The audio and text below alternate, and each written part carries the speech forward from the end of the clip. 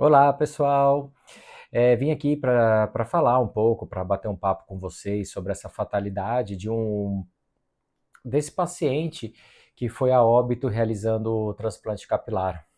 Algumas pessoas enviaram para mim no direct, né, o caso. Eu dei uma pesquisada e a fonte mais completa que eu achei foi da CNN. Eu vou deixar o link aqui no box de informações embaixo, tá, pessoal? Eu não vou colocar nada aqui na tela.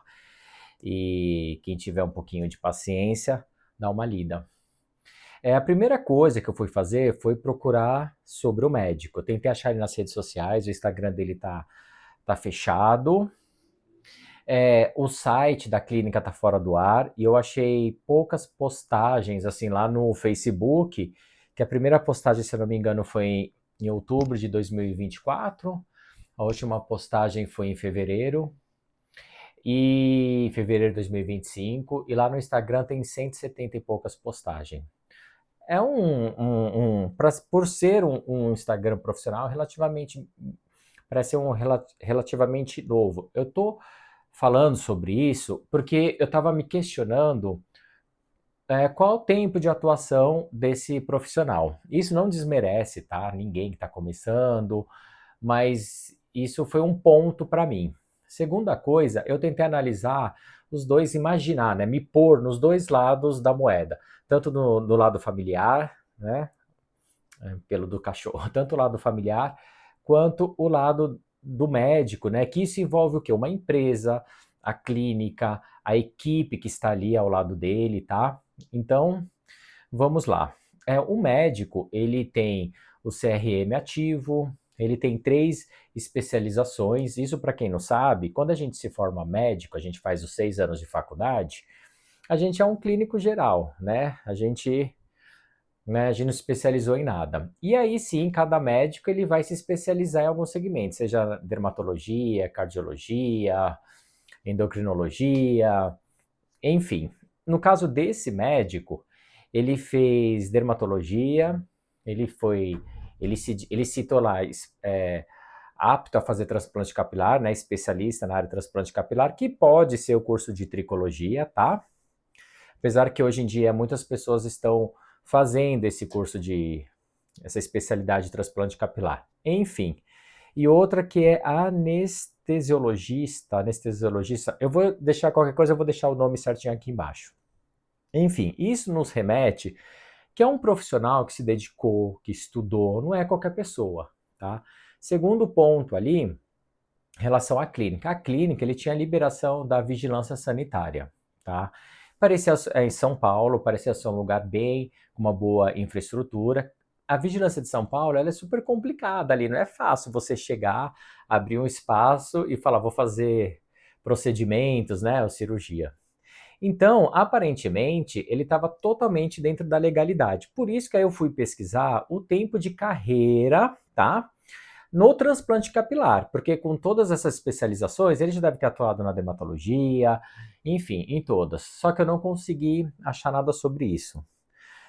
Mas o que a gente tem que levar em consideração que o que uma pessoa espera que além desse profissional entregar um bom resultado, aliás, expectativa versus realidade, né? E pode ser que ele venha entregando isso, porque se você for dar um Google também, você vai ver que ele tem 20 avaliações positivas, né? 5 estrelas, né? 20 parece relativamente pouca, mas de repente pelo período de atuação dele acaba sendo muita coisa.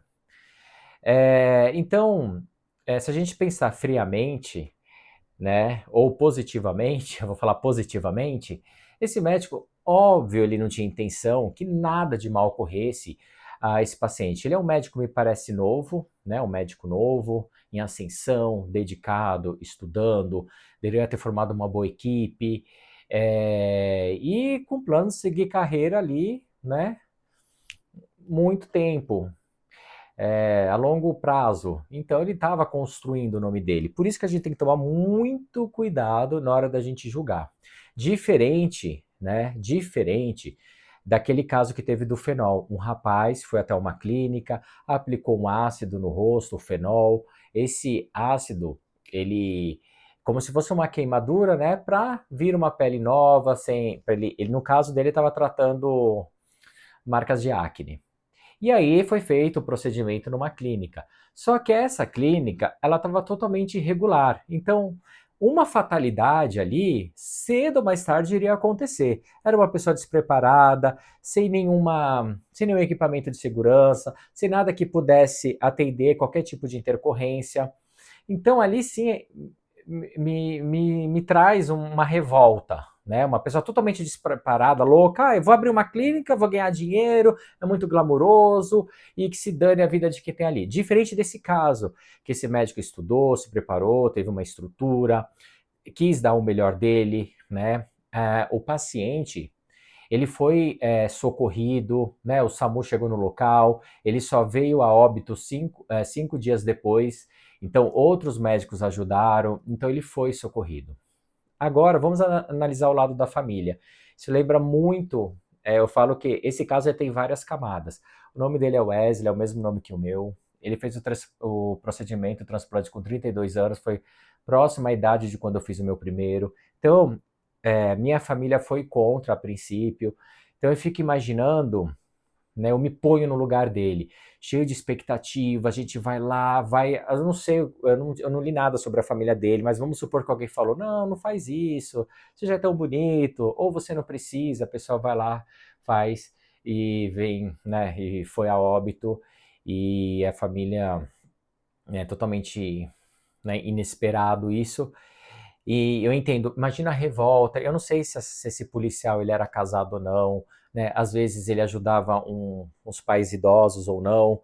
Então imagina a revolta da família. Ele foi extremamente saudável, fazer um procedimento que é divulgado aí como uma coisa simples, rápida, tranquila, um procedimento minimamente invasivo, que realmente é. Hoje, uma clínica bem equipada, com toda a tecnologia e todo o material utilizado, né, que cada vez os materiais estão reduzindo as lâminas, porém, é um procedimento que pode chegar aí a 10 horas.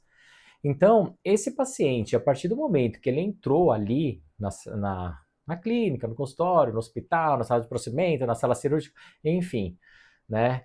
Ele precisa ser monitorado. Precisa ser monitorado. Caso ocorra algum sinal de erro, algum sinal de problema, tem que estar o monitoramento cardíaco, a oxigenação, a pressão, né? A equipe tem que estar pronta, tem que ter lá aquele cilindro de oxigênio, tem que ter lá aquele choquinho lá,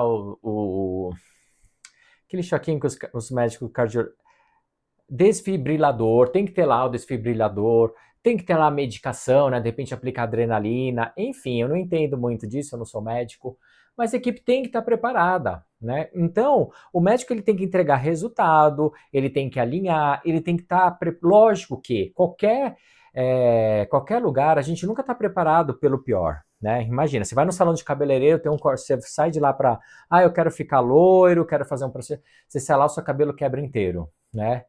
A responsável ali não está preparada para o pior. A gente sempre acha que vai entregar o melhor. Tenho certeza que esse médico, essa equipe estava lá, acordou, foi para trabalhar, né? Fez o melhor planejamento para entregar o melhor. Mas, quando a gente está mexendo, né, com a saúde, com a estética, o que for, a gente tem que estar preparado para tudo, imaginar todos os pontos.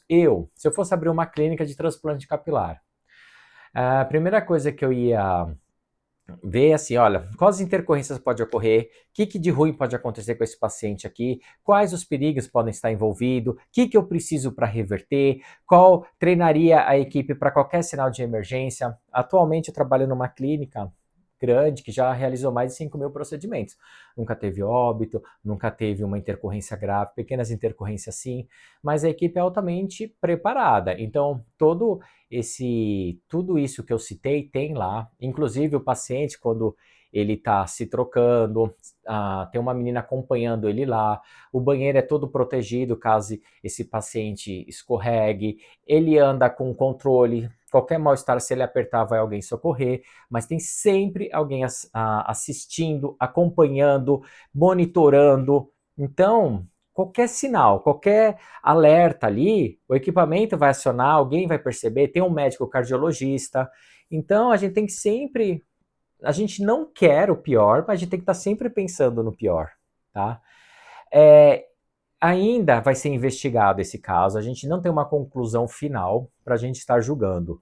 Aparentemente, como eu falei, o médico pediu os exames pré-operatório, estava totalmente regularizado, então, a princípio, vamos trabalhar como uma fatalidade, né? Mas ainda vai correr injustiça, né? Eu acho que esse médico ele foi acionado criminalmente, vai responder criminalmente, então vai ter muita coisa aí para a gente acompanhar. A princípio, eu acho que a gente não deve julgar, a gente não deve cancelar.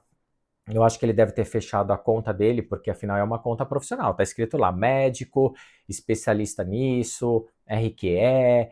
Então ele deve ter fechado, deve estar recebendo muito hate.